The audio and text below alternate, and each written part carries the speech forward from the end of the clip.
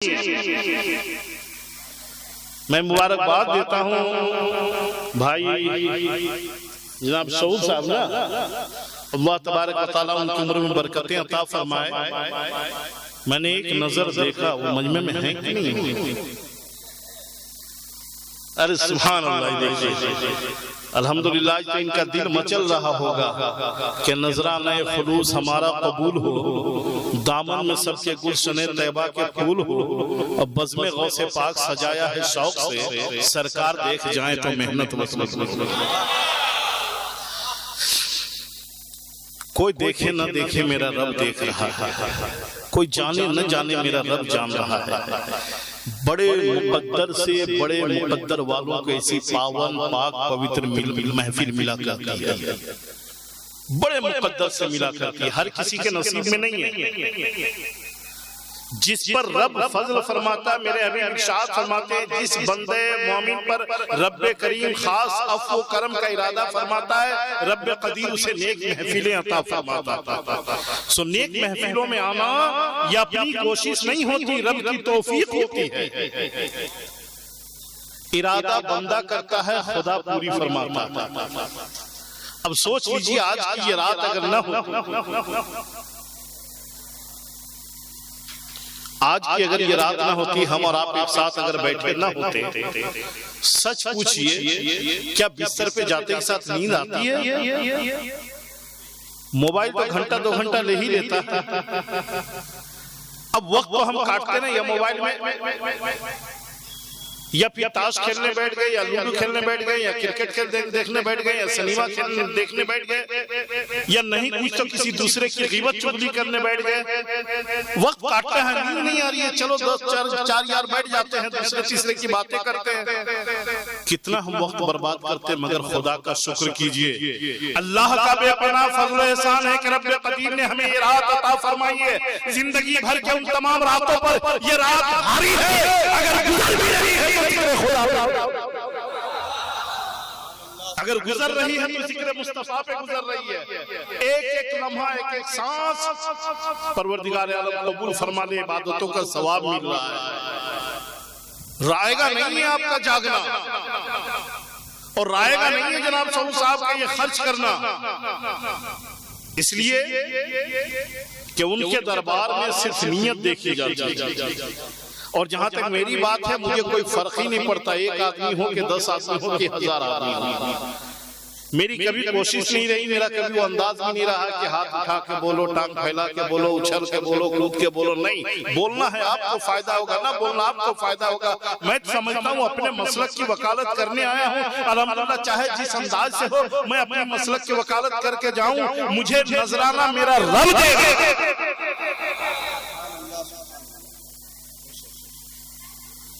दुरूद पाक पढ़ियो, अल्लाहुम्मा सल्ली अला सय्यिदिना व सनदिना व शफीना व नबिय्यिना मौलाना मुहम्मद बारिक व सल्लिम सल्लल्लाहु अलैहि व सल्लम अलैका या रसूलुल्लाह सल्लल्लाहु अलैहि वसल्लम।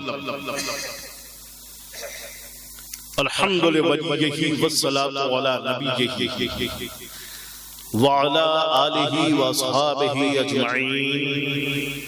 अम्मा बाद, फ़अऊज़ु बिल्लाहि मिनश शैतानिर रजीम, बिस्मिल्लाहिर रहमानिर रहीम। वबिल वालिदैनि इहसाना। वक़ाल नबी सल्लल्लाहु अलैहि वसल्लम, दुआउल वालिदैन का दुआए अंबिया है, और कमा क़ाल नबी सल्लल्लाहु अलैहि वसल्लम। आइए मोहब्बत और अक़ीदत के साथ बारगाह नबूवत रिसालत में दरूद मुबारका पेश करें। अल्लाहुम्मा सल्ली अला सय्यिदिना व सनदिना व शफीना व नबिय्यिना मौलाना मुहम्मद बारिक व सल्लिम सल्लल्लाहु अलैहि व सल्लम अलैका या रसूलुल्लाह सल्लल्लाहु अलैहि वसल्लम। इस्लाम के मुक़द्दस शहज़ादा अहले बैत अतहार के मोहब्बत में जिंदगी की सांसें लेने वाले खुश अक़ीदा सुन्नी जन्नती मुसलमान भाई, परवरदिगार आलम का बेपनाह फज़ल एहसान है कि आज के इस मुश्तरका हम जो सआदत शिरकत हासिल कर रहे हैं इस जलसे में, अल्लाह इस जलसे को कबूल फरमाए, और जनाब सऊद साहब और उनके रफ़क़ा को परवरदिगार आलम बेहतर जज़ा अता फरमाए।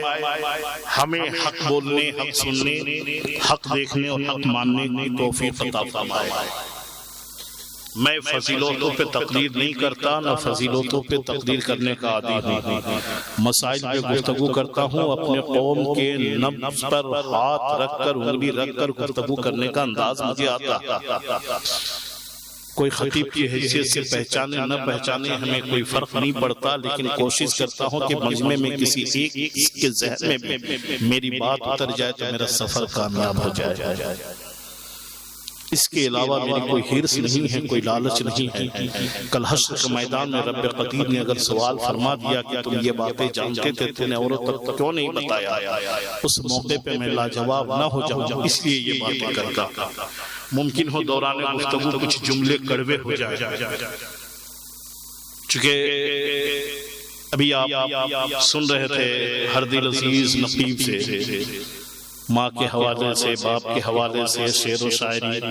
अभी से पेशो खतीब हजरत अल्लामा मौलाना मुफ्ती मोहम्मद इमामुद्दीन साहब के विलायत और फलसफे विलायत के हवाले से गौसे आज़म के सीरत के मुख्तलिफ पहलुओं को आपके सामने बयान कर रहे थे।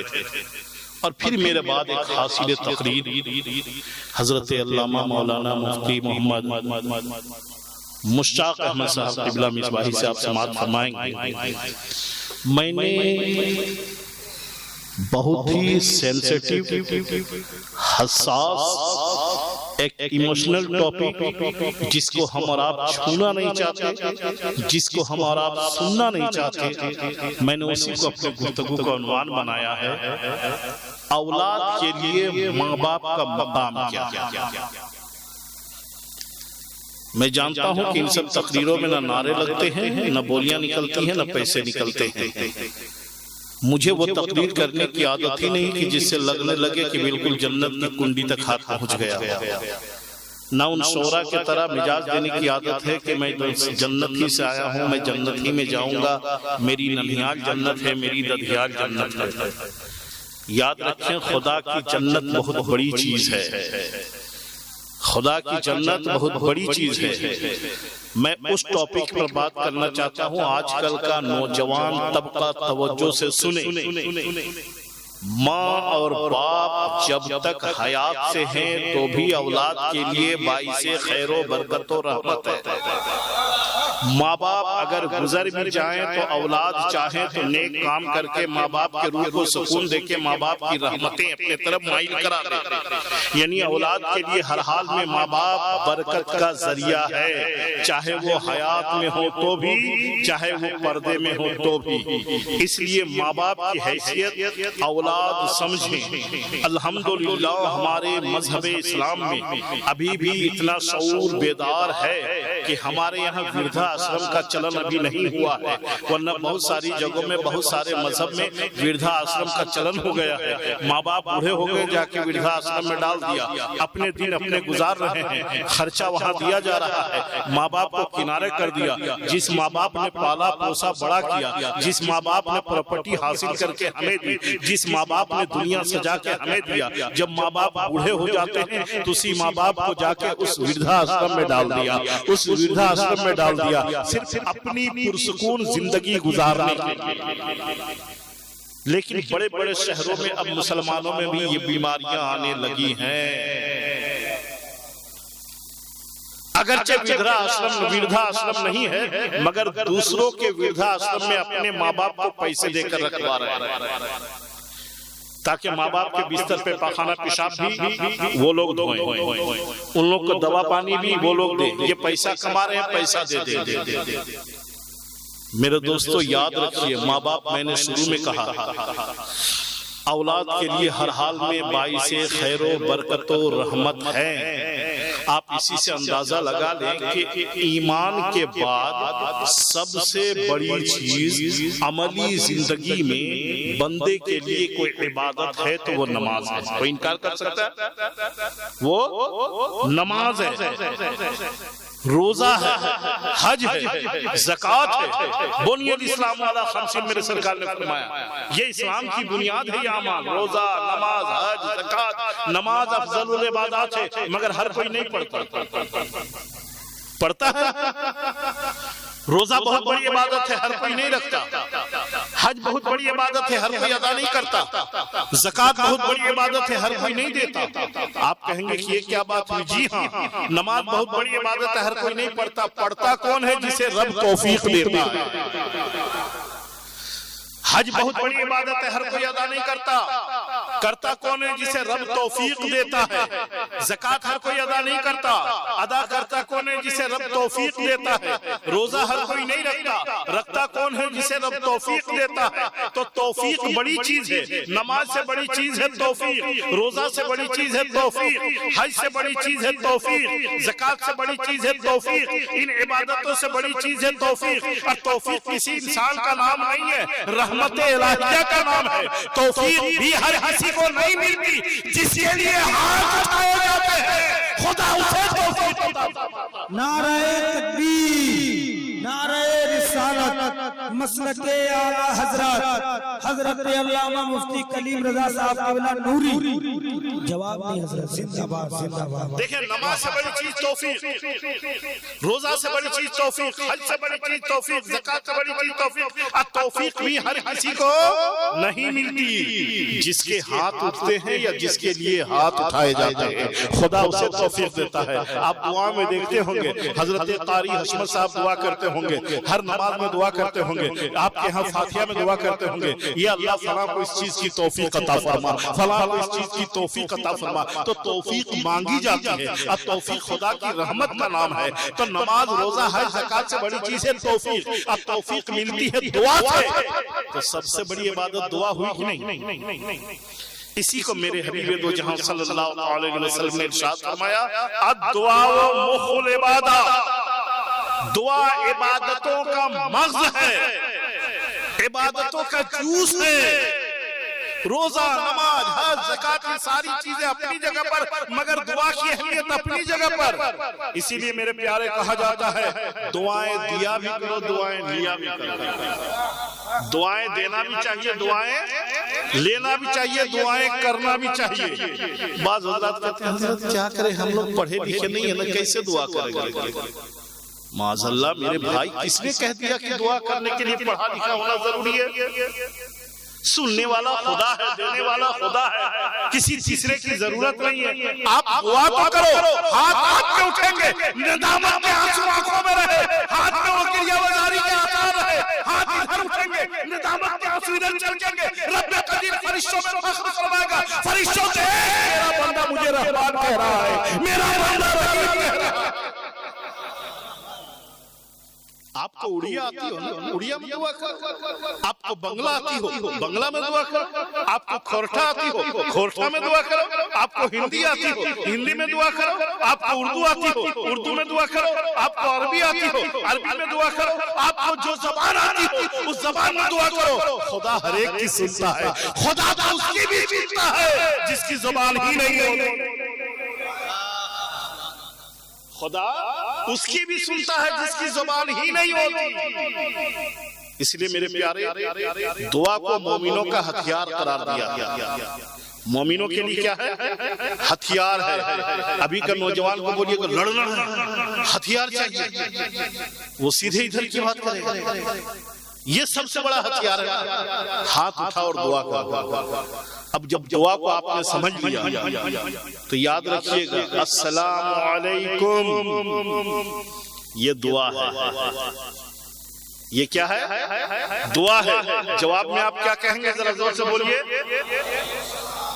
ये भी दुआ है। दुआ के जवाब में दुआ है। आजकल हमारे यहाँ क्या है कि अगर स्कूल में बच्चे जा रहे हैं इंग्लिश मीडियम में, तो 6 बजे माँ बाप उठ जाते हैं। कंघी करना, तेल लगाना, गुस्ल करना, काजल पहनाना, सुरमा लगाना, कपड़े पहनाना, वो सारी तैयारी बच्चे, और बच्चे को उंगली पकड़ के रोड तक 2 किलोमीटर तक आते हैं बस पकड़ाने के लिए। बच्चे पाबंद बना दिए ना माँ बाप को। अगर बच्चे को स्कूल नहीं छोड़ना होता तो फिर देखिए संडे के दिन 10 बजे बिस्तर से उठेंगे। लेकिन बच्चों ने पाबंद बना दिया। अब बच्चे निकलते निकलते कहेंगे अब्बू गुड मॉर्निंग। ये भी दुआ, अगरचे इंग्लिश में। गुड मॉर्निंग दुआ है, हंसने की बात नहीं है। गुड इवनिंग दुआ है, गुड आफ्टरनून दुआ है, गुड नाइट दुआ है। मगर ये दुआ आपको याद रखिए, गुड इवनिंग भी दुआ है, मगर ये क्या, गुड इवनिंग आपकी शाम अच्छी हो, रात का पता नहीं। गुड मॉर्निंग आपकी सुबह अच्छी हो, दिन का पता नहीं। गुड आफ्टरनून आपका दिन अच्छा हो, शाम का पता नहीं। गुड नाइट आपकी रात अच्छी हो, सुबह का पता नहीं। कुर्बान जाइए, इस्लाम ने एक दूसरे पे मिलने में और एक दूसरे से जुदा होने में जो तरीका सलाम का बताया है, अस्सलाम वालेकुम, सलामती हो तुम पर, यानी सुबह भी सलामती हो, दिन में भी सलामती हो, शाम में भी सलामती हो, रात में भी सलामती हो। जब तक एक दूसरे की साथ चलेगी, एक दूसरे पर सलामती की दुआओं की बरसात होगी। नारे तकबीर, नारे रिसालत, मसलके आला हजरत। इसलिए सलाम को फैलाया कीजिए, सलाम किया कीजिए, मुखालत में नहीं। मेरे हबीब फरमाते हैं इस्लाम के सबसे बेहतर आदाब में से ये है इफ्शाउ सलाम व इताम उत्ताम, यतीमों को भूखों को खाना खिलाना और सलाम को आम करना, ये इस्लाम की बेहतरीन तालीमात में से। सलाम कीजिए। मेरे सरकार फरमाते हैं जब जो बंदे मोमिन आपस में मुलाकात करता है, एक दूसरे को सलाम करता है, एक दूसरे से मुसाफा करता है, दोनों के हाथ जुदा भी नहीं होने पाते, रब्बे कदीर दोनों के गुनाहों की मग़फ़िरत फरमा देता है। इसलिए सलाम किया कीजिए। और बड़े हजरात से खास करके हम कहेंगे, बड़े हजरात सोचते होंगे कि हम बड़े हैं, हम क्यों सलाम करें। सलाम करना सुन्नत है, जवाब देना वाजिब है, मगर याद रखिए जो पहल करता ना सवाब के एतबार से उस वाजिब से ज्यादा सवाब है। मेरे हबीब दो जान सल्लल्लाहु अलैहि वसल्लम अगर फातिमा ज़हरा के घर में जाते भी थे तो हसनैन करीमैन यानी इमाम हसन इमाम हुसैन अहदे तुफुलियत में है, बचपने के आलम में है, मगर मेरे सरकार फरमाते हैं अस्सलामु अलैकुम या हुसैन, अस्सलामु अलैकुम या हसन। बाप हो के बेटी को सलाम करे, नाना हो के नवासे को सलाम करे। सलाम करने से कोई छोटा नहीं हो जाता, जवाब देने से कोई बड़ा नहीं हो जाता। सलाम में पहल करना चाहिए, ये मोमिन के अच्छे सिफात में शुमार होता है। और सलाम से मोहब्बत भी बढ़ती है। मेरे प्यारे, ये टॉपिक नहीं वरना मैं बताता चलूं, सलाम से रिश्ते मजबूत भी होते हैं। अब मैं यहाँ पर उतरा, सपोज हजरत कारी हसन साहब अपने रूम में ले गए, बगल के घर में वो फैजान बाबू हमारे आ गए मिलने के लिए। मुझे एक चीज की खाने की ख्वाहिश थी, मैंने कहा कि फैजान बाबू जरा सा देखो पड़ोस के घर में शायद वो चीज पक रही है, खुशबू आ रही है, जरा सा जाओ वहां से। फैजान बाबू हजरत नहीं, क्यों अपना नहीं है का? हाँ अपना ही है, जाऊं ना? क्या नहीं हजरत वहां सलाम बंद है, सलाम बंद है। मैं समझ गया, मैं फिर इस पत्ते को नहीं खोला, इसलिए कि जब सलाम बंद है तो लेना देना भी बंद है, गिव एंड टेक बंद है, बातचीत बंद है, सलाम बंद है तो कलाम बंद है। मतलब सलाम अगर ना हो तो समझ जाइए कि रिश्ता कटा हुआ है, और सलाम होता रहे समझो रिश्ता जुड़ा हुआ है। 5 आदमी अगर 2 झगड़ा करने वाले इंसान को आपस में मिलाता भी है, फैसले के बाद कहता है चलो भाई दोनों उठो एक दूसरे को सलाम करो, चलो एक दूसरे को सलाम करो, तो सलाम एक इंसान का रिश्ता दूसरे इंसान से मजबूत करता है। मेरे प्यारे बताओ, जब एक इंसान एक मुसलमान दूसरे मुसलमान का टूटा हुआ रिश्ता सलाम करने से मजबूत होता है, तो जो उम्मती होंगे नबी को सलाम करे उसका रिश्ता कितना मजबूत होगा। आज जो कहे कि हम सलाम नबी पर नहीं पढ़ते हैं, समझो रिश्ता कटा हुआ, और जिसका रिश्ता नबी से कटा हुआ हमारा कोई रिश्ता हो ही नहीं सकता। सलाम से रिश्ता मजबूत होता है, और सलाम नबी पर पढ़ने से उम्मती और नबी का रिश्ता मजबूत होता है। और सलाम आदमी किस उम्मीद पर करता है? हम आपको सलाम करेंगे किस उम्मीद पर? क्या आप हमें जवाब दे, है ना? तो हम सलाम इसीलिए भी पढ़ते हैं कि नबी हमें जवाब दे, तो नबी जवाब देंगे तो दुआ ही ना होगी हमारे लिए, और नबी जिसको दुआ दे दे वो जर्रे कमतर भी हो तो अर्श का सितारा बनकर चमकता। बड़ी प्यारी हदीस याद आ गई, सुनेंगे। हजरत अनस इब्न नजर एक सहाबी रसूल है, मेरे सरकार का मामूल करीमाना था कि जब भी किन्हीं के घर में दाखिल होते थे फरमाते हैं कि बाहर से उनको सलाम कर लिया करो। किन्हीं के घर जाओ तो बाहर से सलाम करो, अगर अंदर से जवाब आ जाए तो ठीक है, इजाजत मिल जाए अंदर हो जाओ, और अगर जवाब ना आए तो थोड़ी देर ठहर जाओ, फिर सलाम करो, फिर जवाब ना आए फिर ठहर जाओ, फिर सलाम करो। अब भी जवाब ना आए तो समझ लो या तो वो आदमी घर पे है ही नहीं, या अगर है तो इस लायक नहीं है, इस पोजीशन में नहीं है कि आपसे मुलाकात कर सके, लिहाजा वापस हो जाइए। तो सरकार का ये कौल नहीं है, ये अमल भी रहा। अल्लाह के हबीब हजरत अनस नजर के घर पे गए और बाहर पे खड़े होकर कहा अस्सलाम वालेकुम, अंदर से कोई आवाज नहीं, कोई आवाज नहीं, जवाब ही नहीं मिला। मेरे सरकार ने एक सांस रुकने के बाद फरमाया अस्सलाम वालेकुम, अब भी कोई जवाब नहीं। तीसरी मतलब मेरे हबीब ने फरमाया अस्सलाम वालेकुम, अब भी कोई जवाब नहीं। आका अलैहि तस्लीम वापस पलटे, जैसे ही पलटना था वो सहाबी रसूल तड़प के अंदर से निकल गए, फरमाया वालेकुम अस्सलाम या रसूलल्लाह, वालेकुम अस्सलाम या रसूलल्लाह, वालेकुम अस्सलाम या रसूलल्लाह। सरकार ने फरमाया अनस तुम अंदर थे? कहा या रसूलल्लाह अंदर था। मैंने सलाम किया तुम सुने थे? कहा अल्लाह के हबीब सुना था। कभी जवाब तूने क्यों नहीं दिया? दूसरी मर्तबा सलाम किया तूने सुना था? या रसूलल्लाह सुना था, जवाब क्यों नहीं दिया? तीसरी मर्तबा सलाम किया सुना था? या रसूलल्लाह सुना था, जवाब क्यों नहीं दिया? अल्लाहु अकबर। कहा या रसूलल्लाह जवाब दिया हूं, मगर इतनी आवाज से जवाब दिया कि सिर्फ अपने आप को सुनो, किसी दूसरे को सुनने न दो। सरकार ने फरमाया ऐसा क्यों? तूने पहली मर्तबा सलाम का क्यों नहीं जवाब दिया? कि या रसूल अल्लाह ज़माना आपको सलाम करता है, कायनात का जर्रा जर्रा आपको सलाम करता है, हर खुशखुशर आपको सलाम करता है, हर बरगो सबर आपको सलाम करता है, हर शजर हजर आपको सलाम करता है, समंदर की मछली आप पर सलाम करती है, सुराखों की चूंटियां आप पर सलाम करती है, हर फत्ते आप पर सलाम करते हैं, पत्ता पत्ता पर सलाम करता है, सितारे का कशाफ पर सलाम करते हैं, फरिश्ते आप पर सलाम करते हैं। या रसूल अल्लाह जब आपने मेरे दरवाजे पे खड़े होकर मुझे कहा अस्सलाम वालेकुम, मेरी लालच बढ़ गई। मैं कितना खुशनसीब जिसे ज़माना सलाम करे वो मुझे सलाम कर रहा है। या रसूल अल्लाह अगर मैं पहली मर्तबा जवाब दे देता तो आपकी तरफ से एक ही सलाम आता, मैं खामोश इसलिए हो गया कि आपकी तरफ से 3 मर्तबा सलाम आता। नारे तकबीर, नारे रिसालत, मसलके आला हजरत। इसी को शायर अहले सुन्नत फरमाते हैं मेरी खुशनसीबी पर रश्क आए रिज़वां को, मेरी खुशनसीबी पर रश्क आए रिज़वां को। मुस्तफा अगर कह दे ये गुलाम मेरा है, मुस्तफा अगर कह दे ये गुलाम मेरा है। आज जाहिल लोग कहते नहीं सलाम हम लोग भी पढ़ते हैं, नमाज में तो पढ़ते ही हैं, दरूद कहो कि सलाम कहो बात तो एक ही है। नहीं मेरे प्यारे, दरूद और सलाम एक चीज नहीं है, दरूद अलग चीज है, सलाम अलग चीज है। दरूद पढ़ोगे सवाब मिलेगा, सलाम पढ़ोगे जवाब मिलेगा। दरूद पढ़ने से सवाब मिलता है और सलाम पढ़ने से जवाब मिलता है। और मुस्तफा जवाब दे दे तो फिर जहन्नम की क्या मजाल कि उसे जलाए। बहरहाल चूंकि बात खुल जा रही है तो खुल जा रही है। मैंने अर्ज किया था कि सलाम से रिश्ता मजबूत होता है और सलाम एक कंप्लीटली दुआ है।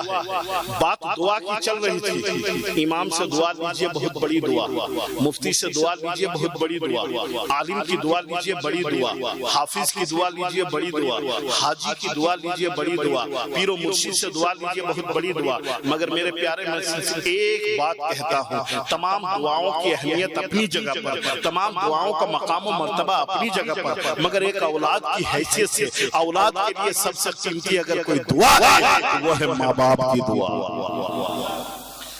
औलाद के लिए माँ बाप की दुआ, वो इमाम की दुआ से भी बड़ी है, वो आलिम की दुआ से भी बड़ी है, वो पीर की दुआ से भी बड़ी है, वो हाजी की दुआ से भी बड़ी है।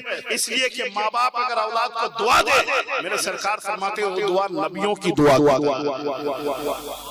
नौजवानों, जिस माँ बाप की दुआ नबियों की दुआ की तरह हो, उस माँ बाप से दुआएं लेने के बजाय उस माँ बाप से ऊंचे आवाज में हम बातें करते हैं, तल्ख बातें करते हैं, कड़वी बातें करते हैं, झगड़ा हम कर लेते हैं। बाज हिरमा नसीब तो ऐसे भी हो जाते हैं जो माँ बाप का कलर पकड़ लेते हैं, माँ बाप पर मारपीट करते हैं, माँ बाप को घर से भगा लेते हैं और उसके बाद कहते हैं पीर साहब जरा 2 मिनट मेरे घर पे आ जाइए ताकि के बरकत आ जाए। इमाम साहब जरा मेरे घर पे आ जाइए, बरकत आ जाए। आलिम साहब मेरे घर पे आ जाए, बरकत आ जाए। याद रखिए, माँ बाप से रिश्ता कट के चाहे दुनिया में जिससे रिश्ता जोड़ना चाहो, रब्बे कदीर कोई रिश्ता कबूल नहीं फरमाएगा। तवज्जो से सुनिएगा, माँ बाप औलाद के लिए, और खास करके कब, जब माँ बाप बूढ़े हो जाएं तब औलाद की जिम्मेदारी है माँ बाप से दुआएं लेना, माँ बाप की खिदमत करना। रब तो कुरान में मुकद्दस में फरमाता है, उफ तक ना कहो, वला तकुल लहुमा उफ़ वला तनहर, न उफ कहो न झिड़को, बल्कि अगर दुआ दो तो दुआ दो कमा रब्बयानी सगीरा। रब का लफ्ज है कुरान में। मेरे माँ बाप पर परवरदिगार आलम वैसे ही रहम फरमा जिस तरह बचपने में माँ बाप ने हमारे ऊपर रहम फरमाया। एक औलाद के लिए माँ बाप का क्या मकाम है, अंदाजा लगे। इस आबादी में कोई हाजी साहब होंगे, कोई ऐसा मुकद्दस शख्स जिन्होंने उस दयार को अपने माथे की आंखों से देखा हो। अड़ोस पड़ोस में कोई हाजी साहब अगर जाने होते हैं तो आप लोग भी जानते होंगे कि हाजी साहब 50 साल से नमाज पढ़ रहे थे तो कोई एक बार भी नमाजी साहब कह के नहीं पुकारा है ना। लेकिन हज का इरादा कर लिया कि इस बार 2022 में फ्लाइट होनी है और हाजी साहब को छोड़ने जा रहे हैं, तो घर से निकले रास्ते पूछ रहे कहाँ जा रहे हैं, हाजी साहब को छोड़ने जा रहे हैं। अमा यार उसने हज किया ही नहीं, अभी 50 साल से नमाज पढ़ रहे हैं मगर नमाजी साहब नहीं कहलाए। अभी हज का इरादा हुआ तो हाजी साहब कहलाए, क्योंकि उस दरबार की शान ही वो शान है जिसे रब अपने दर का मेहमान बनाता है, उसकी अजमतें हमारे दिल पे डाल देता है। अगरचे मेहमान बाद में पड़ेगा मगर अभी से हर एक की ज़बान पे हाजी साहब महीनों मशक्कत करता है, सोबतें इख्तियार करता है। नारा लगाइए एक जिम्मेदार आलिम दीन, नारे तकबीर, नारे रिसालत, मसलके आला हजरत अल्लामा मुफ्ती मुश्ताक साहब क़िबला मिसबाही। नारे तकबीर, नारे रिसालत, जिंदाबाद जिंदाबाद। बहुत अच्छी तकरीर हो रही है माशाअल्लाह। अल्लाह आपको सलामत रखे। सुभान अल्लाह। इजाजत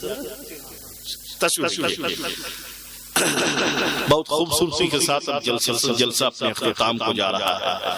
बस थोड़ी देर इस उन्वान को मैं समेट दूंगा, अभी हमने छेड़ा नहीं था कि एक हाजी साहब 1.5 महीना सफर की सोबत उठाता है, मशक्कत उठाता है, अरकान के सारी तकलीफों को गवारा करता है, वापिस आता है तो उलमा से पूछिए शान क्या होती है। उनके कदमों के नीचे की धूल को अपनी आंखों का सुरमा बनाने में हमारे लिए फिरोजफ्ती की बात होती है। यकीनन वो फजीलतें तो इतनी है कि वो गुनाहें बख्शवा करके आता है। हाजी साहब की शान ये है, मगर किसी भी हाजी साहब से पूछिए, ए हाजी साहब आपने 3 लाख 4 लाख रुपया खर्च किया, महीना 1.5 महीना घर परिवार से दूर रहा, आपने तमाम अरकान और मनासिक को अदा किया, वापिस आए शान के शान और इस तमगे के साथ, मगर फुल्ली कॉन्फिडेंस के साथ बोलिए, प्योरिटी और सिक्योरिटी के साथ बोलिए, 100% कॉन्फिडेंस के साथ बोलिए, यकीन के साथ बोलिए, गारंटी के साथ बोलिए, क्या अल्लाह ने आपका हज कबूल किया? कोई ऐसा हाजी नहीं होगा जो कह देगा अल्लाह ने मेरा हज कबूल किया गारंटी के साथ। नहीं, हर हाजी का ये जवाब होगा कि भाई हज अल्लाह ने मुझ पर फर्ज किया था, अपने एतबार से जहां तक मुमकिन हो सका हमने खुशू व खुजू के साथ अरकान अदा किया। ये मेरा रब बेहतर जानता है कि मेरा हज कबूल है कि नहीं है। अंदाजा लगाइए 3-4 लाख रुपया खर्च करने के बाद भी, महीना 2 महीना सफर की सोबत उठाने के बाद भी दिल गवारा नहीं कर रहा कि यकीन के साथ सीना ठोक के हम कह सके कि मेरा हज अल्लाह ने कबूल किया। माँ बाप को मर्तबा है, जिसको मोहब्बत से कोई बंदा मोमिन एक मर्तबा कहता है तो सीना ठोक के कोई आम मोमिन नहीं बल्कि खुद मेरा सरकार बयान फरमाते हैं, जिस बंदे मोमिन ने हुस्न मोहब्बत के साथ अपने माँ बाप के चेहरे को एक रब कदीर उस बंदे को हज मकबूल का सवाब। वाह वाह, बेशक हक है। वाह नारे रिसालत, अज़मते वालिदैन, नारे तकबीर, नारे रिसालत। ये गारंटी बंदा नहीं दे रहा है, कोई मोमिन नहीं दे रहा है, मुख्तार कायनात दे रहे हैं। और मेरा अकीदा है निज़ाम कायनात में तब्दीली हो सकती है, मेरे हबीब की ज़बान से निकली हुई बात कभी झूठी नहीं हो सकती, कभी झूठी नहीं हो सकती। मेरे सरकार फरमाते हैं उस मोमिन बंदे को हज मबरूर का सवाब अता फरमाता है। हजरत इमाम गज़ाली रहमत रिज़वान ने बड़ी तवील हदीस नक़ल फरमाई है, जिसमें से एक टुकड़ा ये है, 3 चीज के ताल्लुक से हजरत सरकार तो आलम सल्लल्लाहु अलैहि वसल्लम इरशाद फरमाते हैं। इमाम गज़ाली ने हिया उल उलूम में इस हदीस को नक़ल किया है, फरमाते है नज़रो इलल काबत इबादत।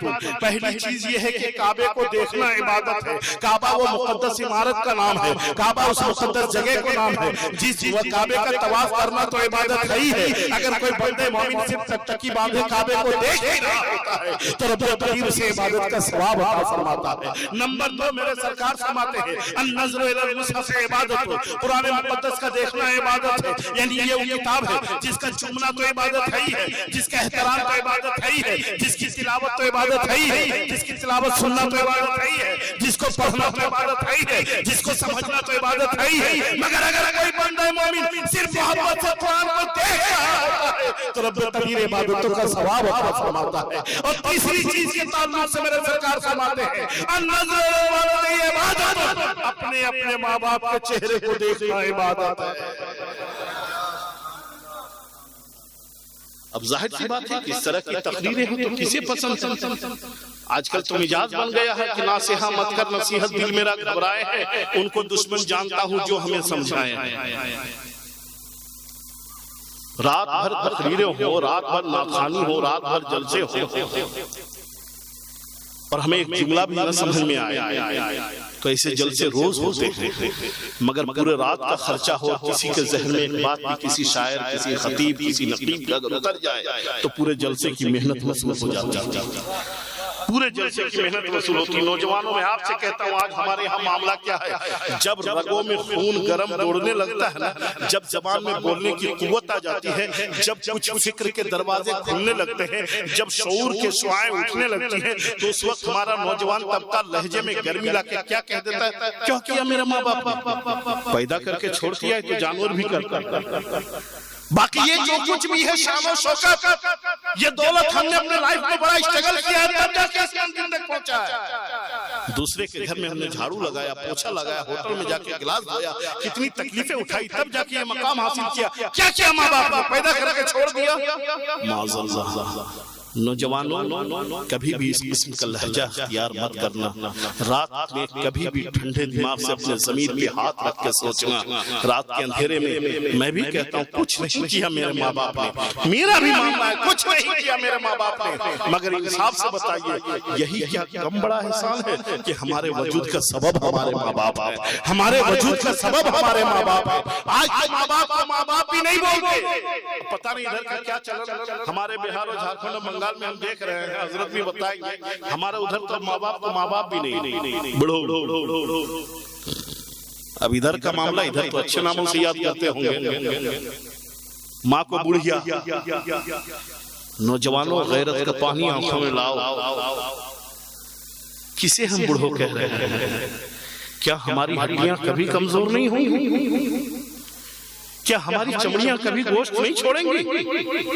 क्या हमारी कमर नहीं झुकेंगी? क्या देखने की कुव्वत कभी हमारी कम नहीं होगी?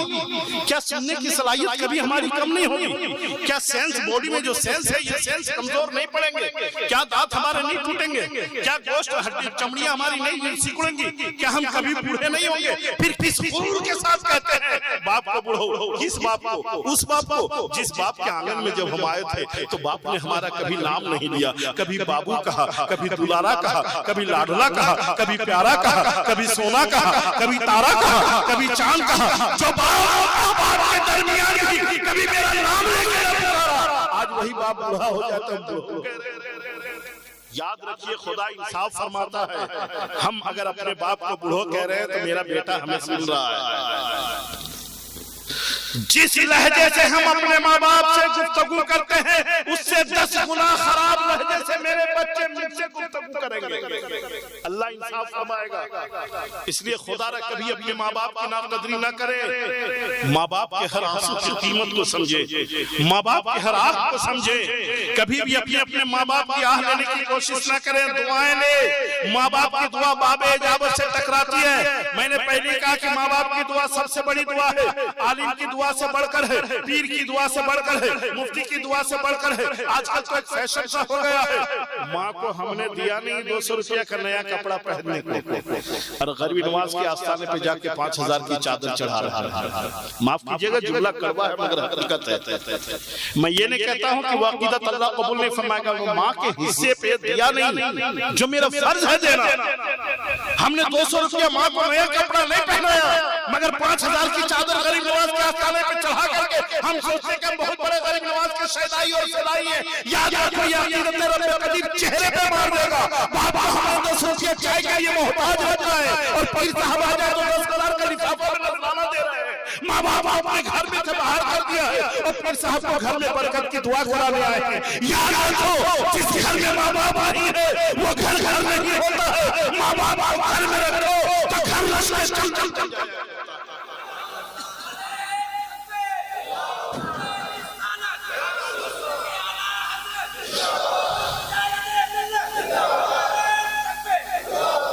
सुने, मेरे नबी से बड़ा कोई पीर नहीं, मेरे नबी से बड़ा कोई वली नहीं, मेरे नबी से बड़ा कोई शहीद नहीं, मेरे नबी से बड़ा कोई सईद नहीं, मेरे नबी से बड़ा कोई अफजल नहीं। मेरे आला हज़रत ने कितनी नफीस अकीदे की तालीम फरमाई है। सबसे आला बावला हमारा नबी, सबसे बरतर वो बाला हमारा नबी, अपने मौला का प्यारा हमारा नबी, दोनों आलम का दूल्हा हमारा नबी, खल्क़ से औलिया, औलिया से रसूल और रसूलों में आला हमारा नबी। सारे अच्छों में अच्छा समझिए जिसे है, उन अच्छों में अच्छा हमारा नबी। सारे ऊंचों में ऊंचा समझिए जिसे है, उन ऊंचों में ऊंचा है, उन ऊंचों में ऊंचा। अब नबी पाक सल्लल्लाहु अलैहि वसल्लम के बारगाह में एक सहाबी आ रहे हैं, वो भी आराबी सहाबी जो दूर पहाड़ी इलाके में रहते थे। साल में कभी 1-2 बार आ जाते थे और साल भर का मसला पूछ के जाते थे। दूर से आ रहे हैं एक नौजवान, किस लिए? अपनी जरूरत के लिए कि नबी से दुआ कराता था। आज हम लोग है ना बरेली शरीफ का सफर कीजिए, कचौचा शरीफ का सफर कीजिए, अजमेर शरीफ का सफर कीजिए। याद रखिएगा किसी भी शरीफ, यहाँ तक कि मक्का शरीफ, मदीना शरीफ का भी सफर कीजिए, अगर माँ बाप के दिल को दुखा के निकले हैं तो खुदा किसी शरीफ जगह की हाजिरी कबूल नहीं फरमाएगा। अब दुआ कराने के लिए उतने दूर से महीनों की मुसाफर तय करके मेरे हबीब की बारगाह में आते ही सलाम पेश किया। चेहरे पे सफर के आसार देखने के बाद मेरे सरकार ने फरमाया, कहां से आया या रसूलुल्लाह? फलां कबीले से। इतनी दूर से किस लिए? या रसूलुल्लाह आप हमारे लिए दुआ फरमा दीजिए, बस आपके दरबार में हाजिरी दिया है, आपसे दुआ करा रहा हूं। जाहिर सी बात है, जैसे हम लोग पीरो मुर्शिद के बारगाह में जाते हैं, हजरत दुआ कर दीजिए। आजकल के पीरों को भी सबक लेना चाहिए। मेरे हबीब ने फरमाया, इतनी दूर से आए हो दुआ कराने के लिए?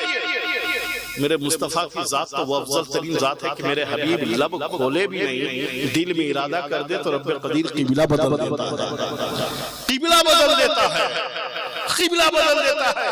दुआ करना तो दूर की बात, नबी चाहते तो दुआ फरमा देते कि बच्चा दूर से आया है, दुआ के लिए आया है, हाथ उठा कर दुआ कर देते। मगर तालीम उम्मत के खातिर मेरे सरकार ने फरमाया, घर में माँ बाप हैं, अल्लाह दुआ नहीं की मेरे सरकार ने, फरमाया घर में माँ बाप हैं। उसने नजरें नीची कर ली, या रसूलल्लाह बाप नहीं है, माँ है। मेरे हबीब फरमाते अपने घर लौटो, माँ से दुआ करा। दुआ नहीं की मेरे सरकार ने, वापिस भेज दिया, अपनी माँ से दुआ करा लो। यानी जब माँ घर में है इतना दूर सफर करके आने की क्या जरूरत है? एक और नौजवान आराबी आया मेरे हबीब की बारगाह में आने के बाद, क्या हुआ? मेरे हबीब की बारगाह में एक और आराबी आया और आने के बाद आजकल नौजवान जरा आप तवज्जो से सुनिएगा, हमारे जहन में अगर बात उतर जाए तो बहुत बड़ी बात है। उस आराबी ने आके अपनी माँ की शिकायत की, या रसूलल्लाह मेरी माँ बहुत ज्यादा बदमिजाज है, बदजुबान है, हमें देखती है तो बुरा भला कहती है। नबी से अपनी माँ के बारे में, जैसे हम लोग अपने माँ बाप के बारे में गैरों से शिकायत करते हैं, नबी से वो शिकायत करें, या रसूलल्लाह मेरी माँ बहुत ज्यादा बदजुबान और बदमिजाज है। मेरे हबीब ने कितना नफीस जवाब अता फरमाया। मेरे सरकार फरमाते हैं, सही में तुम्हारी माँ बदजुबान है? हाँ या रसूलल्लाह बदजुबान है। मेरे सरकार फरमाते हैं, जब तुम्हारी माँ ने तुम्हारा वजन 9 महीने तक अपने पेट में रखा था तब तुम्हारी माँ तुम्हारे लिए बदमिजाज नहीं थी? कहा या रसूलल्लाह आप अहबाब से पूछ लें, वाकई में मेरी माँ बहुत ज्यादा बदमिजाज है। मेरे सरकार ने फरमाया, जब तुम्हारी माँ ने 2 साल तक अपने बदन का खून दूध की शक्ल में तुझे पिलाया था तब तुम्हारी माँ बदजुबान नहीं है? नहीं थी। आज बदजुबान हो गई, बोलने की ताकत आ गई। कितनी प्यारी तालीम। वो नौजवान कहता या रसूलुल्लाह मैं सही कह रहा हूँ, आप अहबाब से पूछ में, दोस्त से पूछ में, वाकई में बहुत ज्यादा बदमिजाज है। और आप जिस दूध की बात कर रहे हैं ना, मैंने अपने माँ के दूध का हक अदा कर दिया। सीरत की किताबों में आता है कि मेरे हबीब के इस पेशानी अनवर पर एक गोश्त का उभरा हुआ हिस्सा हुआ करता था, मोटा नस जिसको कहते थे। मेरे हबीब जब कभी भी जलाल में आ जाते थे ना, तो वो हिस्सा फुदकने लगता था। तो सहाबा समझ जाते थे कि मुस्तफा अभी जलाल में है। बल्कि ऐसा बहुत कम हुआ। अब मस्जिद नबी में जैसे उसने कहा कि मैंने अपने माँ का दूध का हक अदा कर दिया, मेरे हबीब का वो उभरा हुआ हिस्सा गोश्त का वो फुदकने लगा। उमर फारूक से देखा नहीं गया, उसने उस नौजवान के गिरबान पे हाथ थाम लिया और सख्ती के साथ कहा, हम दिन रात इस कोशिश होते हैं, हम दिन रात इस कोशिश में होते हैं कि अपने महबूब का मुस्कुराता हुआ चेहरा को देख सकूं। और तुमने पल भर में ऐसी बात कह दी कि मुस्तफा को गजब में ला दिया, मुस्तफा को जलाल में ला दिया। इतना जलाल में उमर भी आ गए। मेरे सरकार ने एक झटका दिया, उमर के हाथ में उसके गिरबान से अलग कर दिया। उमर पीछे है। बड़ा गुरूर है इसे कि इसने ऐसा काम किया कि इसे लगता है कि माँ के दूध का हक अदा कर दिया। जरा मैं भी तो सुनूं इसने क्या किया। ए नौजवान बताओ तूने क्या किया है, जिस बड़े काम के बदौलत तुम्हें लगता है कि माँ के दूध का हक अदा कर दिया। वो नौजवान अकड़ जाता है, या रसूलल्लाह ऐसे गरम रेतीले रास्ते पर कि जिस रास्ते पर अगर कच्चा गोश्त रख दे तो जल भुन के कबाब हो जाए, ऐसे गरम रास्ते पे नंगे पांव चल के अपने माँ को कांधे पे बिठा के हमने 7 मर्तबा काबे का दीदार। बात तो बहुत बड़ी थी ना, बहुत बड़ी बात थी, मगर मेरे सरकार ने एक जुमले में इस बात को छोटी कर दिया। सरकार फरमाता बस इतना सा करके तू कहता माँ के दूध का हक अदा कर दिया। आंखों में नमी आ गई मेरे सरकार की। आका इस्लात तस्लीम रोते हुए फरमाते रहे, नादान सुन ले, तुम्हारी माँ ने तुम्हें पैदा करते वक्त दर्द के कितने झटकों को गवारा किया है। तू जिंदगी भर भी अगर अपने माँ को कांधे पे लेके घूमता रहा, शायद कितनी आसानी से हम कह देते हैं माँ बाप के हक को। हमने कि मैंने माँ बाप को इतना कर दिया, माँ बाप को इतना कर दिया, माँ बाप को इतना कर दिया, माँ बाप को कितना कर दिया। एक बाप तसव्वुर करें आप ना, एक माँ कितनी होती है। अरे किसी के यहाँ अगर शादी करके दुल्हन आ जाए, एक दुल्हन अगर घर पे आ जाए और अगर 4 महीना, साल भर, 2 साल के बाद कोई अगर खुशखबरी सुनने को ना मिले तो उसे पूरे रिश्तेदार ताना मारते हैं, पता नहीं बांझ आ गई, पता नहीं बच्चा जनेगी कि नहीं जनेगी। बच्चा ना हो तो लोग बांझपन का ताना दे, लेकिन जब बच्चा पेट में आ जाए पूरे घर भर तो खुश होता है, वो औरत भी खुश होती है। इसकी जिंदगी का पहला एहसास उसे देखने को मिलेगा, पहला एहसास उसे समझने को मिलेगा। इसलिए कि अब तक वो लड़की थी अब माँ कहलाएगी। वो अपने गोद में उसे अपने पेट में उस वजन को बर्दाश्त करती है। नौजवानों अपने माँ बाप के साथ इस अंदाज में बातें न करो, जरा उस पल को समझो जिस पल ने माँ बाप को हमें अपने माँ बाप ने हमें पाल पोस के बड़ा किया। जब बोलना नहीं आता था बाप ने अपनी जुबान दे दी, जब खाना नहीं आता था माँ ने अपना खून पिला दिया, जब चलना नहीं आता था बाप अपना सहारा बन गया। हम कैसे अपने ताकत में जब खड़े हो जाते हैं तो उसी मोहसिनीन को भुला लेते हैं। माँ बाप को छोड़ के कायनात के किसी दल में हाथ दे दो, खुदा कोई हाथ कबूल नहीं।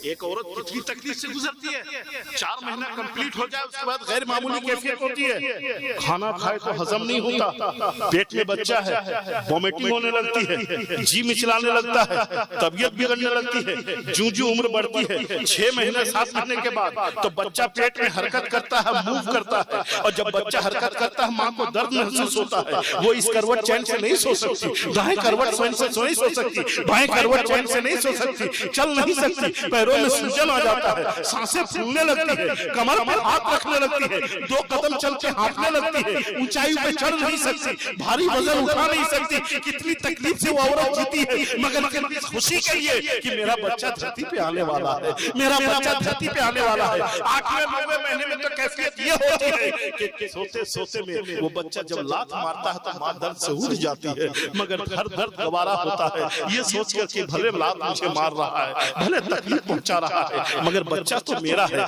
धरती पे आएगा तो मुझे माँ कह के पुकारेगा, धरती पे आएगा तो मुझे माँ कह के पुकारेगा। उस खुशी के इंतजार में न जाने कितनी माएं वो 9 महीने को गवारा करती है। और जब विलादत की तकलीफ मेरे प्यारे कौन नहीं जानता, उस माँ से पूछना जिस माँ ने अपने बच्चे को घर में जना हो, विलादत की तकलीफ इतनी होती है। न जाने कितनी माएं अपने बच्चे को दुनिया दिखाने के दुनिया छोड़ जाती है, खुद दुनिया छोड़ जाती है। उन तकलीफों का एहसास है भी, उन एहसान को कैसे चुकाओगे, उनके बदले को कैसे चुकाओगे?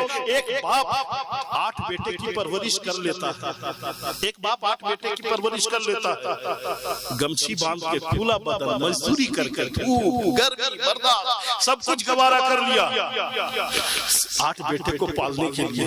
और जब 8 बेटा बड़ा हो जाता है, यही माँ बाप का वजन उसे ज्यादा लगता है। हम अपने यहाँ बारी बांधते हैं, पहला दिन बड़ा बेटा खिलाएगा, दूसरा दिन दूसरा बेटा खिलाएगा, तीसरा दिन तीसरा बेटा खिलाएगा, चौथा दिन चौथा बेटा खिलाएगा, पांचवा दिन पांचवा बेटा खिलाएगा। एक बाप ने 8 बेटे को खिला दिया, मगर 8 बेटे मिलकर एक बाप को नहीं खिला पा रहे हैं। बारी बांधी जाती है, खर्चा बांधा जाता है। और अगर किसी वजह से किसी एक बेटे के यहाँ बाप अगर 2-4 दिन रह गया, माँ रह गई, तो वो बेटा झल्ला जाता है, मैं ही अपना बेटा हूँ क्या, मैंने ठेका ले रखा है क्या, प्रॉपर्टी में सब लोग बराबर हिस्सेदार होंगे और हम खर्चा करेंगे। नहीं नहीं, जो मेरा हिस्सा बनेगा मैं वही हिस्सा दूंगा। नौजवानों कभी ये लहजा मत इख्तियार करना। खुशनसीब वो औलाद होती है जिसकी कमाई के हिस्से उसके माँ बाप खाते हैं।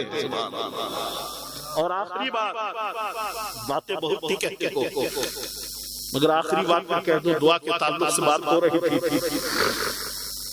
अब आज की गुफ्तगू सुन के ये ना जाके कहिएगा कि अम्मी दुआ दीजिए, अब्बू दुआ दीजिए। मुफ्ती साहब बोले हैं कि दुआ बहुत कीमती है, मांग के दुआ मत लीजिए जी। दुआ डिमांड के साथ होती है, बिना डिमांड के होती है। याद रखिए, ऑन डिमांड कोई फायदा नहीं। आप बाजार गए, रायरंगपुर बस स्टॉप, उधर से वापस आ रहे थे, कारी हसमत साहब से मुलाकात हो गई हमारे सऊद भाई की। सऊद भाई ने कहा, हजरत मेरे लिए दुआ फरमा दीजिएगा। अब इन्होंने कहा तो कारी साहब हाथ उठा कर दुआ कर, अल्लाह आपके जायज कमाई बरकत अता फरमाए, अल्लाह आपके औलाद में बरकत अता, अल्लाह आपको सेहत और तंदुरुस्ती अता फरमाए। मगर मुझे बताए, कोई गारंटी दे सकता कि ये दुआ यहाँ से है कि यहाँ से कि यहाँ से? बात समझ में आ रही है भाई? इन्होंने कहा, हो सकता है इनको खुश करने ही के लिए कह दे रहे हो, लेकिन वही सऊद साहब आए, इमाम साहब को कहा कुछ नहीं, हजरत दुकान पे पान खा रहे थे, आपकी याद आ गई, आपके लिए भी एक पुड़िया पान ले आए, जिस दुकान से आप खाते हैं ना मंगा के, ये देखिए। अब इमाम साहब हाथ में पान लिए, सऊद साहब ने कुछ नहीं कहा, कुछ नहीं कहा, सिर्फ पान दिया। हजरत आपकी याद आ गई इसलिए आपका ले लिया। अब इमाम साहब खोलेंगे, पान को मुंह में लेने से पहले अल्लाह आपके मोहब्बत को सलामत रखे, अल्लाह आपके हौसले को सलामत रखे, अल्लाह आपके इशार को कबूल फरमाए, अल्लाह आपकी कमाई हजरत हमने तो कुछ किया ही नहीं है, कुछ कहा नहीं, इतनी दुआएं क्यों मिल रही? भाई दुआएं इसलिए मिली कि आपने मेरे दिल को खुश कर दिया, आपका काम ही ऐसा कर दिया, दिल खुश कर दिया। माँ बाप से दुआ लेने का मतलब वो दुआ नहीं है कि माँ बाप से जाके कहो दुआ दीजिए, अम्मी दुआ दीजिए, नहीं नहीं, काम ऐसा कुछ कर गुजरो कि माँ बाप का दिल इतना खुश हो जाए, कहने की जरूरत ना पड़े। माँ बढ़ बढ़ के दुआएं दे, बाप बढ़ बढ़ बढ़। ये दुआ यहाँ से होनी चाहिए। और वो दुआ कब निकलेगी? जब माँ बाप आपसे खुश हो जाए, माँ बाप आपसे राजी हो जाए। आखिरी बात कहकर अपनी गुफ्तगू खत्म करता हूँ। सैयदुल ताइफा ख्वाजा बायजीद बुस्तामी, बड़े पाए के बुजुर्ग गुजरे, तारीख औलिया में आप पढ़ेंगे। 16 साल की उम्र है, बेवा माँ है, ज़ैफुल उम्री के आलम में है, और कड़ाके की सर्दी, इतनी सर्दी माने जिगरी पे की रगों के बहता हुआ खून भी बर्फ के शक्ल में जम जाए। ऐसे कड़ाके की सर्दी में माँ रात में करवट बदलते में नींद के आलम ही में कह दिया, बेटा मुझे प्यास लगी है, पानी पिला। 16 साल का बायजीद बिस्तर में घुस चुका था, बिस्तर गर्म हो चुका था। हम और आप होते तो झल्ला जाता, अम्मी पहले काहे नहीं बोले थे, अब नहीं निकलेंगे। लेकिन बाहर बेटा फौरन बिस्तर गर्म को उतारा, हटाया, हांडी की तरफ बढ़ा, गिलास में पानी लिया, हथेली पे लेके माँ के सिरहाने पे आता, देख क्या रहे कि माँ की आंख लग गई। देखिए, जो बूढ़ा होता है ना इंसान, या जिसके घर में बूढ़ा होता है वो बेहतर बता पाएंगे, बुढ़ापे में नींद रेगुलरली नहीं आती है, रेगुलर नहीं आती, वो बेतरतीब आती है। अब ये सोच रहे हैं, या अल्लाह अगर मैं जगाता हूँ चूंकि माँ ने पानी मांगा था। अगर मैं जगाऊं तो पता नहीं फिर माँ को आंख लगे कि नहीं आगे, माँ की आंख लगे कि ना लगे, फिर नींद आए या ना आए, तो नींद में खलल पड़ जाएगा। और अगर जाके खुद सो जाता हूँ ये सोचकर कि माँ उठेगी तो आवाज दे देगी, पता नहीं माँ की आंख खुले और माँ अपने सामने न देखे तो दिल को ठेस लगेगी। मैंने बेटे से पानी मांगा था, थोड़ी देर इंतजार नहीं किया तो मैं तो हलाक हो जाऊंगा। वाह रे खुशनसीब बेटा, कांपता रहा, ठिठुरता रहा, मगर माँ के सिरहाने में गिलास लेके खड़ा रहा, सिर्फ इस इंतजार में कि जिस पर माँ की आंख खुलेगी मैं पानी पेश करूंगा, जिस पर माँ की आंख खुलेगी मैं पानी पेश करूंगा। पूरी रात गुजर गई, माँ ने आंख नहीं खोला।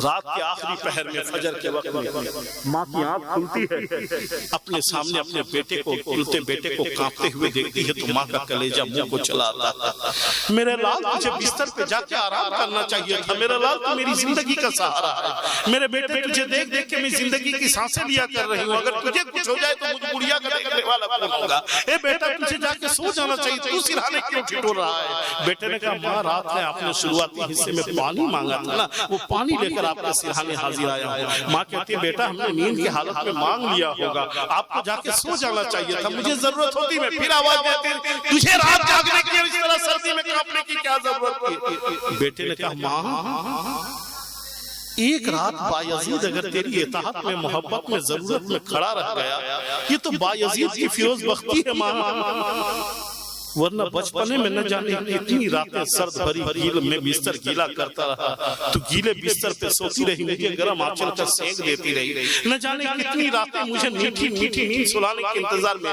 तूने अपनी मीठी नींद को कुर्बान कर दिया। ए माँ इतनी तकलीफों से तूने मुझे पाला है, और आज अगर तेरी मोहब्बत में ये बेटा एक रात खड़ा रह गया तो मेरी फिरोज बख्ती की बात है। अपने छोटे से बेटे का ये हौसला अफजा जवाब सुनकर माँ की आंखों में आंसू आ गए। माँ ने फरमाया लाल मेरे लाल, तूने अगर मेरी इताअत में शब्बेदारी की है, मेरी मोहब्बत में शब्बेदारी की है, ला बेटा मैं तेरा लाया हुआ पानी पी लूं। खुदा की कसम माँ ने जैसे ही गिलास पकड़ने के लिए हाथ बढ़ाया, तारीख की किताबों में आज भी है, रिवायतों में आता है, चूंकि गिलास के तलवे में जो कैंडी में जो नमी थी वो नमी भी बर्फ की शक्ल में जम चुकी थी। जैसे ही माँ ने गिलास को उठाया हाथ की चमड़ी भी साथ में उठ गई। अपने बेटे का बहता हुआ खून भला कौन माँ गवारा करती, अपने बेटे का बहता हुआ खून देखी माँ का कलेजा फट गया। अपने बेटे के लहलहान हाथों को लेकर माँ ने होठों से लगाया, आंखों से लगाया, अपने मैंने आंचल को उठा करके नम आंखों से दुआएं देती है, करती परवरदिगार मेरा बेटा बायजीद मेरी इताअत में शब गुजारा है,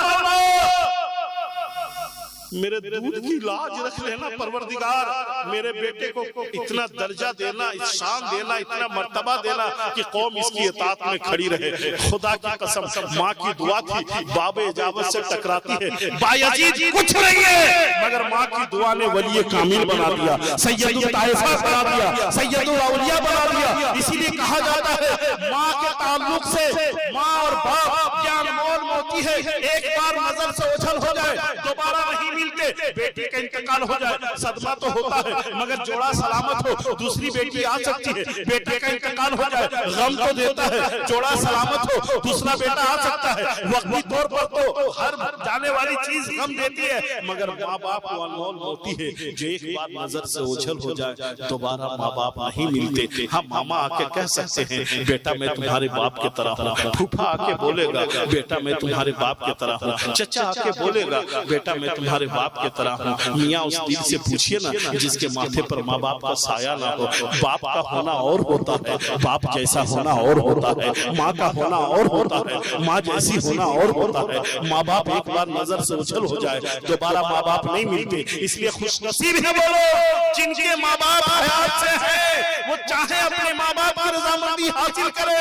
और याद रखे मेरे सरकार फरमाते हैं माँ बाप इस हाल में मरे या तुम इस हाल में मरो कि माँ बाप तुमसे राजी है तो तुम जन्नती हो, माँ बाप इस हाल में मरे या तुम इस हाल में मरो कि माँ बाप तुमसे नाराज है तो तुम जहन्नमी हो।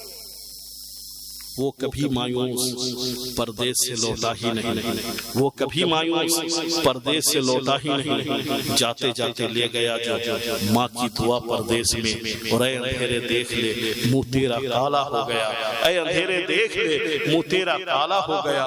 माँ ने आंखें खोल दी घर में उजाला हो गया, माँ ने आंखें खोल दी घर में उजाला हो गया। इस तरह मेरे गुनाहों को धो देती है, इस तरह मेरे गुनाहों को धो देती है। माँ बहुत गुस्से में होती है तो रो देती है, माँ बहुत गुस्से में होती है तो रो देती है। अस्सलामु अलैकुम व रहमतुल्लाहि तआला व बरकातहू।